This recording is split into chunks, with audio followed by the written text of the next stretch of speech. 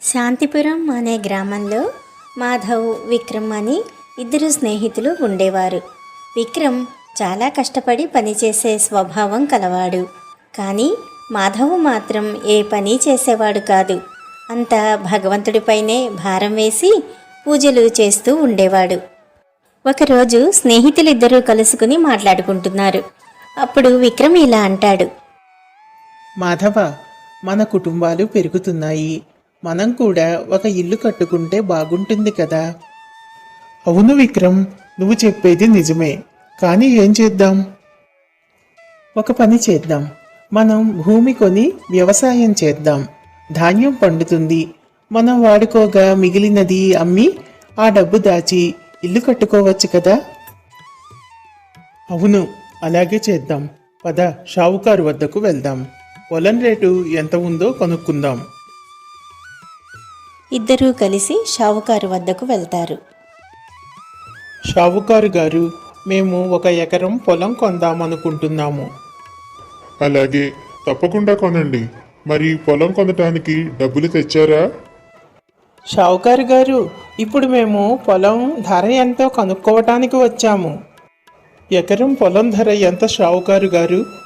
ఎకరం 10,000. అంతకన్నా తక్కువకి ఇచ్చేది లేదు. చాలా ఎక్కువ ధర చెబుతున్నారు మీరు. అది అంతే. మీకు ఇష్టమైతే కొనండి, లేకపోతే వెళ్ళిపోండి. షావుకారు చెప్పిన మాటలు విని స్నేహితులిద్దరూ నిరాశ చెంది ఇంటికి తిరిగిపోయారు. పొలం ధర చాలా ఎక్కువ చెబుతున్నాడు షావుకారు. ఇప్పుడు మనం ఏం చెయ్యాలి? అంత డబ్బు మన దగ్గర లేదు కూడాను. అయితే ఒక పని చేద్దాం. ఇద్దరం కలిసి 1 ఎకరం పొలం కొందాం. కలిసి కష్టపడదాం. వచ్చిన దానిని ఇద్దరం సమంగా పంచుకుందాము. నువ్వు చెప్పినది చాలా బాగుంది. అలాగే చేద్దాం. సరే, రేపే వెళ్ళి పొలం కొనేద్దాం. మరునాడు స్నేహితులిద్దరూ వెళ్ళి షావుకారు వద్ద పొలం కొన్నారు. ఇద్దరూ పొలం కొని సంతోషంగా తిరిగి వచ్చారు. ఇప్పుడు అంతా మంచిగా జరుగుతుంది. అవును, ఈరోజే మనం పని ప్రారంభిద్దాం. అలాగే చేద్దాం. నువ్వు పొలానికి వెళ్ళు. నేను భగవంతునికి ప్రార్థన చేసి వస్తాను. సరేనా? విక్రమ్ పొలానికి వెళ్ళి దున్నటం మొదలు పెడతాడు. మాధవ్ భగవంతుని పూజ చేయటం మొదలు పెడతాడు. సాయంకాలం విక్రమ్ పొలం నుంచి తిరిగి వస్తాడు. అతడితో మాధవ్ ఇలా అంటాడు. అరే విక్రమ్, మనం దిగులు పడాల్సిన పనే లేదు. భగవంతుడే అన్నీ చూసుకుంటాడు. మన పొలంలో పంట చాలా బాగా పండుతుంది. అవును, ఈరోజు నేను పొలం మొత్తం దున్నటం పూర్తి చేశాను. ఇంకా విత్తనాలు వేయాలి. సరే, నువ్వు ఇంటికి వెళ్ళి విశ్రాంతి తీసుకో. నేను కూడా ఇంటికి వెళ్తాను. ఇద్దరూ వారి వారి ఇళ్లకు వెళ్ళిపోతారు. భోజనం చేసి నిద్రపోతారు. మరునాడు ఉదయం విక్రమ్ మాధవ ఇంటికి వెళ్తాడు. మాధవ పూజ చేస్తూ ఉంటాడు. మాధవ, మనం విత్తనాలు కొనాలి. దుకాణానికి వెళ్దాము, పద. నువ్వు వెళ్ళు విక్రమ్. నేను పూజ పూర్తి చేసుకుని పొలం దగ్గరికి వస్తాను. విక్రమ్ బజారు వెళ్తాడు. విత్తనాలు కొని పొలం దగ్గరకు వస్తాడు. కానీ మాధవ్ అక్కడ లేడు. విక్రమ్ ఒక్కడే పొలంలో విత్తనాలు చల్లి ఇంటికి వస్తాడు. దారిలో మాధవ్ కనిపిస్తాడు. మాధవ, నువ్వు పొలానికి ఎందుకు రాలేదు? వస్తానన్నావు కదా.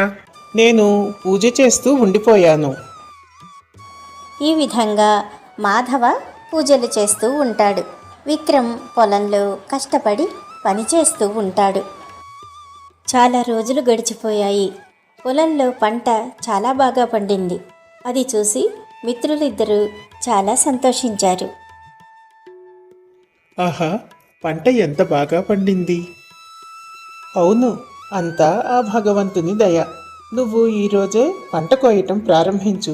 ఇంత చక్కని పంటనిచ్చినందుకు నేను భగవంతునికి కృతజ్ఞతలు చెప్పి వస్తాను. విక్రమ్ పంటను కోయటం ప్రారంభించాడు. కొద్ది రోజులలోనే పంట మొత్తం కోయటం పూర్తి అయ్యింది. పంట కూడా కోయటం పూర్తయిపోయింది. ఇంకా మనం చెరిసగం పంచుకుందామా? చెరిసగం ఏమిటి? నేను చాలా కష్టపడ్డాను. నాకు పంటలో ఎక్కువ భాగం రావాలి. అలాగా? అయితే రోజంతా నేను మన పంట బాగా పండటం కోసం దేవుని ప్రార్థన చేస్తూనే ఉన్నాను కదా. అందుకని నాకే పంటలో ఎక్కువ భాగం రావాలి. ఈ విధంగా ఇద్దరు చాలాసేపు నాకు ఎక్కువ భాగం రావాలి అంటే నాకు ఎక్కువ దక్కాలి అంటూ వాదించుకున్నారు. ఇద్దరు విషయం తేల్చుకోవటం కోసం గ్రామ పెద్ద వద్దకు వెళ్తారు. విషయమంతా చెప్తారు. అంతా విని గ్రామ పెద్ద ఆలోచనలో పడతాడు. కొంతసేపు ఆలోచించాక ఆయనకి ఒక ఉపాయం తడుతుంది. ఆయన తన ఇంటి నుంచి 2 బియ్యం బస్తాలను తెప్పిస్తాడు. మాధవు విక్రములతో ఇలా అంటాడు. ఇదిగో చూడండి, రేపు పొద్దుంటికల్లా ఈ బస్తాలలోని బియ్యంలోని రాళ్ళు మొత్తం ఏరివేసేయాలి. పని పూర్తిగా చేసి రేపు పొద్దున్నే రండి. ఎవరు ముందుగా పని పూర్తి చేసి వస్తారో వారికే పంటలో అధిక భాగం లభిస్తుంది. అయ్యా, మేము మీ దగ్గరకు న్యాయం కోసం వచ్చాం, అంతేకాని పని కోసం కాదు. మీరు న్యాయం చెప్పండి.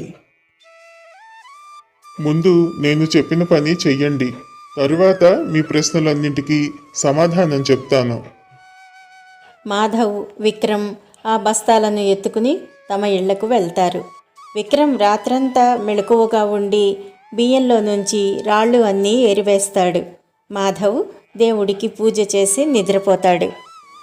రాత్రంతా మేలుకుని ఉండటం వలన విక్రమ్కి తెల్లవారుజామున కునుకు పట్టింది. అతడు పని పూర్తి చేశానన్న నిశ్చింతతో హాయిగా నిద్రపోయాడు. మాధవ నిద్రలేచి తయారయ్యి గ్రామ పెద్ద వద్దకు వెళ్తాడు. అయ్యా, మీరు చెప్పినట్లే నేను వచ్చేసాను. బస్తాలో బియ్యం మొత్తం శుభ్రం చేశావా లేక అలాగే వచ్చేసావా?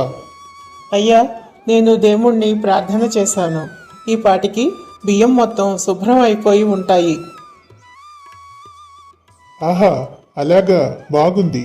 విక్రమ్ ఇంకా రాలేదేమిటి? ఏం చేస్తున్నాడు? బహుశా ఇంకా బియ్యం శుభ్రం చెయ్యలేదేమో. నాకే పంటలో ఎక్కువ భాగం రావాలి. కంగారు పడకు, కాస్త నిదానించు. అసలేం జరిగిందో తెలుసుకోకుండా నిర్ణయానికి రాకూడదు. అలా కొంచెం సేపు గడిచింది. విక్రమ్ రాలేదు. ఇప్పటికే చాలా ఆలస్యమయ్యింది. అసలేం జరిగింది అని అందరూ అనుకున్నారు. అసలేం జరిగిందో విక్రమ్ ఇంటికే వెళ్ళి చూద్దామని గ్రామ పెద్ద, మాధవ ఇంకా అక్కడ ఉన్న 2 పెద్ద మనుషులు విక్రమ్ ఇంటికి వెళ్ళారు. వాళ్లకు అక్కడ విక్రమ్ గాఢంగా నిద్రపోతూ కనిపించాడు. కింద నేల మీద బియ్యం మొత్తం శుభ్రం చేసి ఉన్నాయి. ఇది చూశాక గ్రామ పెద్దకు సంతోషం కలిగింది. అప్పుడే విక్రమ్కి మెలకువ వచ్చి అందరినీ చూస్తాడు. అతడు లేచి నించుని ఇలా అంటాడు. అయ్యా, నన్ను క్షమించండి. తెల్లవారుజాము వరకు బియ్యం శుభ్రం చేస్తూ ఉండిపోయాను. ఎప్పుడు నిద్రపోయానో కూడా తెలియదు.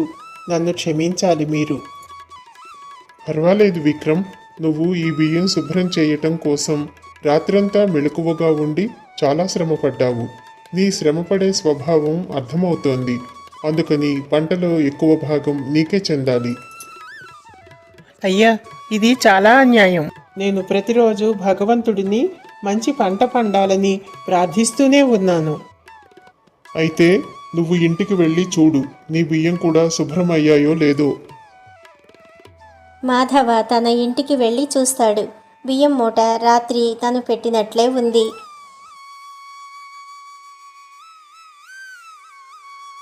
ఏమయ్యింది? నీ బియ్యం కూడా శుభ్రమయ్యాయా?